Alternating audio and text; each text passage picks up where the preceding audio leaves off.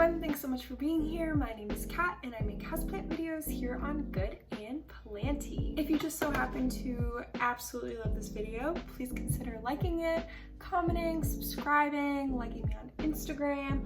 All of these things help me grow my channel. Okay, get your notes app out and get ready because today's video is going to double your wish list. I am going to be sharing the plants that are on my 2020 wish list. I'm gonna move over a little just because I have to put the picture here. So I'm just thinking about future editing, Kat, so I'll put the picture there. So the first plant on my wish list is one that everyone and their mother wants. Like, I'm just literally getting it out of the way because it would be dumb of me to not include this on my wish list, but also everybody knows about this plant. It is the Monstera constellation. Duh. I want this plant because who doesn't want this plant? The variegation is beautiful and it is more stable than the albo variegation and also more available and inexpensive, although still expensive. Does that mean if someone wanted to hand me an albo, I would say no? Absolutely not.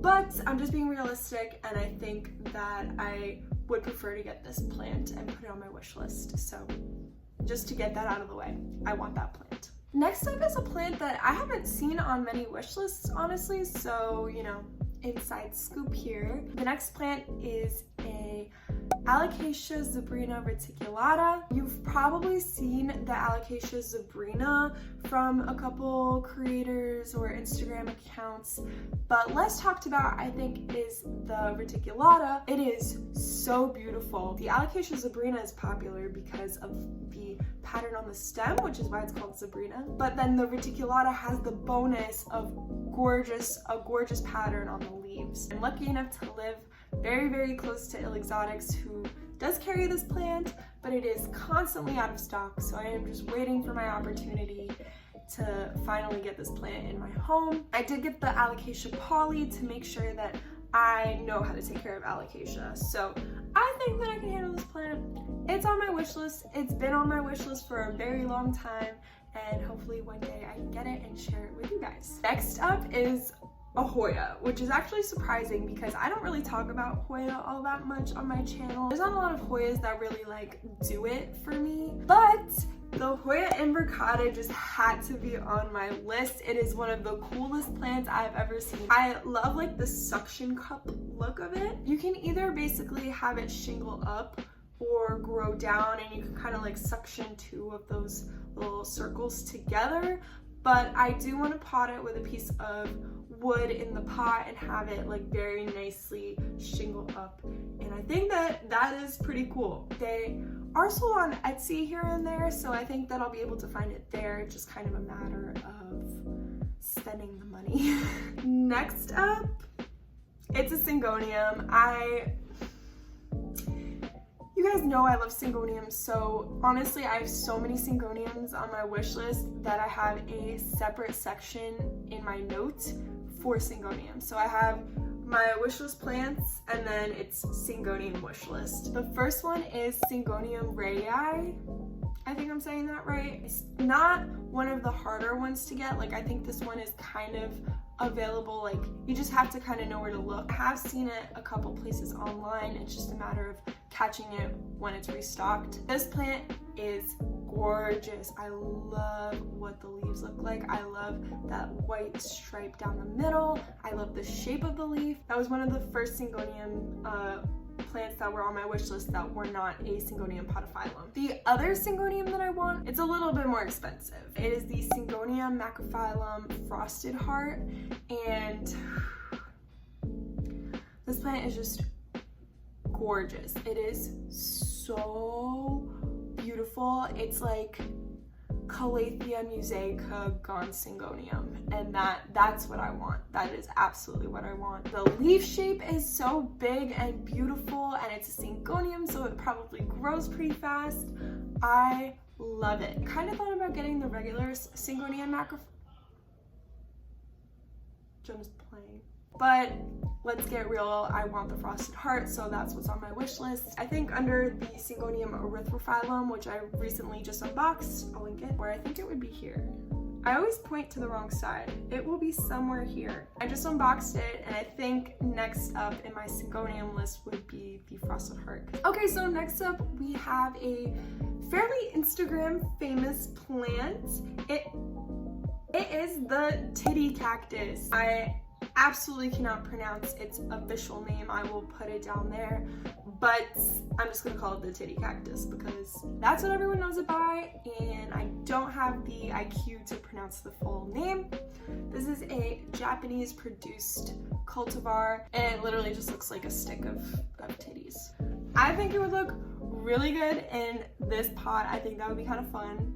Kind of cute, kind of fun. This pot was made by a local artist, and I will link her info down below. I think it's a beautiful plant and pretty easy to take care of because it's a cactus.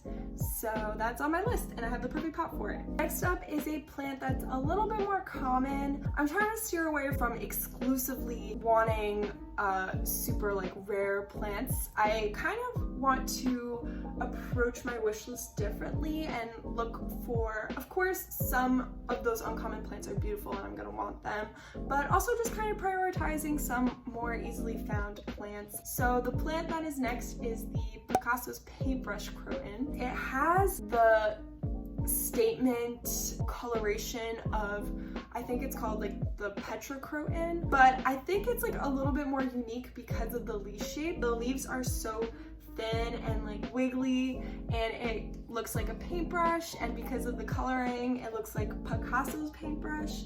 So I think it's a very unique plant. This plant is pretty accessible. It's a little bit more harder to find than the standard croton that you find a lot at Lowe's and Home Depot and other big box stores, but Plantarina does sell this on her website, so I do plan on ordering it some point in the near future. Next up is another plant that I'm a little bit late to the game with, but I have been wanting this for a long time. It's just a matter of spending the money, which I just have not. It is the Philodendron verrucosum. It was literally a matter of seconds between I just saw the picture for the first time of a Philodendron verrucosum and when it was on my wish list. It looks like a leaf was struck by lightning. I love the contrast between the veining and the leaf. I love the leaf shape. I love the underside of the leaf. I love the growth pattern of it.